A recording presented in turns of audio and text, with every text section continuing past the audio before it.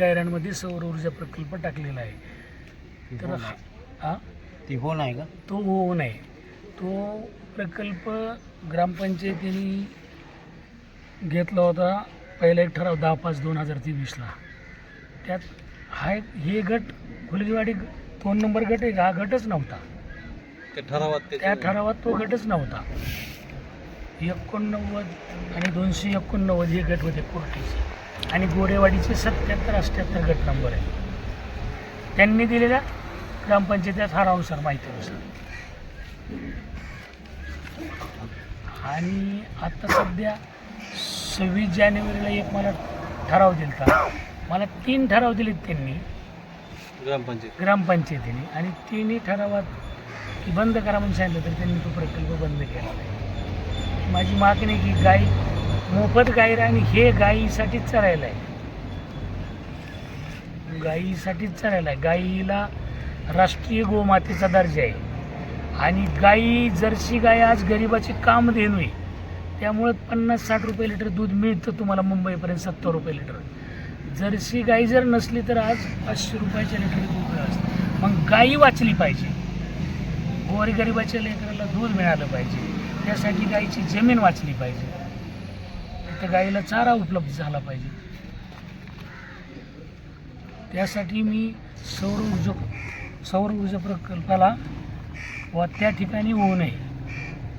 अनेक ठिकाणी जमिनी तर सरकारचे 50-60 कोटीचे प्रोजेक्ट आहे. ते पैसे देऊन क्षेत्र घेऊन त्यांनी करू शकतात कुठेही. पण मोफत गायरानावर आणि त्या उतार्याला 7/12वर नोंदच आहे. मोफत गायरान तिथं कुठल्याही अधिकाऱ्याची नोंद नाही. जिल्हाधिकारी कलेक्टर साहेबाची नाही, तहसीलदार साहेबाची नाही, BDO साहेबाची नाही किंवा ग्रामपंचायत सरपंचाची सुद्धा नोंद नाही त्याच्यावर की त्या उतार्यावर. फक्त मोफत गायरान नोंद आहे. आणि प्रत्येक उतार्यावर महाराष्ट्र शासनाचं नाव आहेच आहे वरती. प्रत्येक उतार्यावर महाराष्ट्र शासनाचं नाव आहे. ज्या जमिनीत गाववाल्यांच्या त्या महाराष्ट्र शासनाच्या नावानेच येतात. पण 7/12त मेन अधिकार त्या व्यक्तीचा असतो. तसं ह्या गायीचं गोमातेला राष्ट्रीय गोमातेचा दर्जा दिला आहे. तसं ते गायीचं नाव आहे. त्यामुळं गायीसाठी ते गायरान वाचलं पाहिजे. आणि सांगितलं तसं तुम्ही माळढोक अभयारण्य. माळढोक हा पक्षीच भेटला. आमच्या गावचा 32 गट नंबर. त्याची 300 एकर माळढोक अभयारण्याला जमीन आकवारी करून जंगल लावले. ते बी एक बी झाड कुठले फळझाड नाही, उपयुक्त नाही. एक बी झाड फळ 300 एकरात झाडी लावली. आणि 892 एकर क्षेत्र फॉरेस्टने आता आकवार केलं शेतकऱ्याकडनं घेऊन. पूर्वी शेतकऱ्याचं होते क्षेत्र. माळढोकाच्या धर्तीवरती त्याला फॉरेस्ट लावून शेतकऱ्यांना तिथून हाकलून दिले. रोजीरोटी काम करून लोक पोटं भरते. तसंच गायीसाठी बी माळढोक सारखा आता तुम्ही जसं राष्ट्रीय पक्ष जाहीर केला तसं गायीला बी राष्ट्रीय गोमाता जाहीर केलं ना. तसं ती क्षेत्र कायमस्वरूपी राहिलं पाहिजेत गायीसाठी. माळढोकप्रमाणे गायीचं बी राष्ट्रीय गोमाता म्हणून तिला दर्जा दिला आहे. त्यामुळं ते मोफत गायरान हे गायीसाठी राहिलं पाहिजे, सुरक्षित राहिलं पाहिजे. त्या सौर ऊर्जा प्रकल्प होऊ नये ह्याच्या विरोध दर्शवण्यासाठी तुम्ही उपोषण सुरू केलेलं आहे. कधीपासून सुरू केलेलं आहे तुम्ही उपोषण? आज 13/8/2025 पासून उपोषण चालू केले. ह्याचं मी शासनाला 30/7/2025ला शासनाच्या वरिष्ठ ऑफिसला जिल्हाधिकारी, जिल्हा परिषद सोलापूर आणि पोलीस अधीक्षक सोलापूर ग्रामीण यांना लेखी पत्रव्यवहार केलेला आहे. माझ्याकडे त्यांच्या लेखी पत्रव्यवहाराच्या पोच आहेत.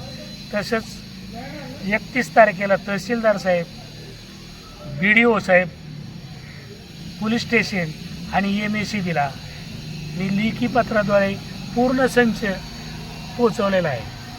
त्यावर त्यांच्या प्रतिक्रिया काय? त्यांच्या कुठल्याही प्रकारच्या प्रतिक्रिया आल्या नाहीत. त्यांनी काही प्रतिक्रिया व्यक्त केल्या नाहीत. मला कुठलाही एक लेखी कागद सुद्धा पोच केलेला नाही, काही नाही. आज उपोषणाचा इशारा दिल्यानंतर काल किंवा आज आपल्याशी प्रशासनाने काही संपर्क केला? फक्त ग्रामपंचायतचा एक ग्रामसेवक आले आणि गावचे माजी उपसरपंच नानासाहेब झाकणे येऊन सांगितले बाबा त्यांना लिहून द्या, पोच द्या त्यांना की बाबा त्यांचं पत्र मिळाले. कधी झाले?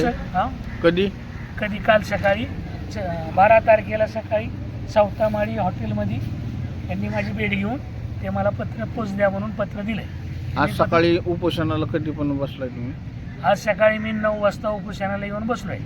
तेव्हापासून प्रशासनाचं काही प्रशासनाच्या कुठलीही व्यक्ती आलेली नाही. आमच्या गावातले वारकरी संप्रदायाचे किंवा आमची सगळी जवळची मित्रमंडळी, शेतकरी, आमचे गोरक्षक, गुरं राखणारे शिवाजी चव्हाण सकाळपासून माझ्यापाशी बसून येतं. इतर ग्रामस्थांचा आणि इतर कसा ग्रामस्थही सगळे तास एक तास येऊन बसलेले.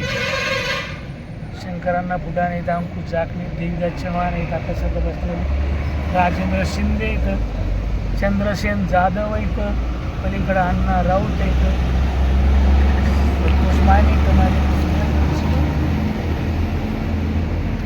आजचा दिवस मावळत आलेला आहे आणि आपण सकाळपासून उपोषणाला बसलाय.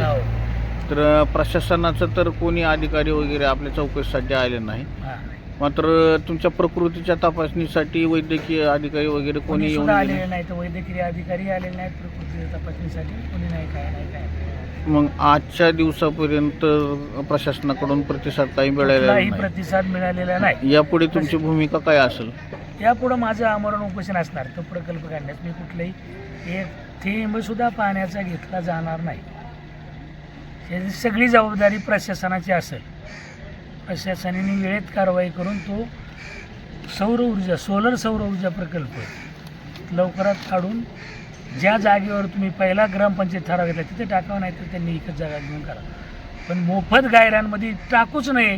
गाईचं रान हे गाईलाच ठेवावं आणि त्यांनी बी दुवा घ्यावा. कंपनीचे कोण मालक असतात आणि मुख्यमंत्री साहेबांनी, नरेंद्र मोदी साहेब, भारताचे पंतप्रधान नरेंद्र मोदी साहेबांनी, महाराष्ट्राचे मुख्यमंत्री यांनी गाईला ऑलरेडीच गोमातेचा दर्जा दिला आहे, राष्ट्रीय गोमातेचा.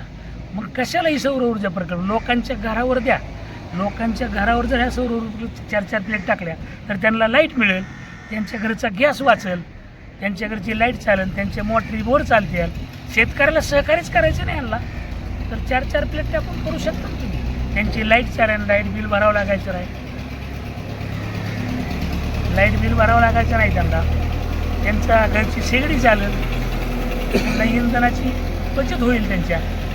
आणि गॅसला जे 800-900 रुपये लागतात ते वाचतील नाही त्यांची महिन्याला.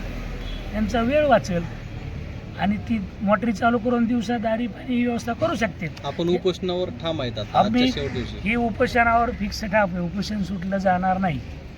ज्या दिवशी सरकार निर्णय घेईन, शासन याचं प्रशासन त्या प्रकल्प काढण्याचं, त्या दिवशी उपोषण सुटलं जाईल. तोपर्यंत उपोषण कुठल्याही मार्गाने सुटलं जाणार नाही.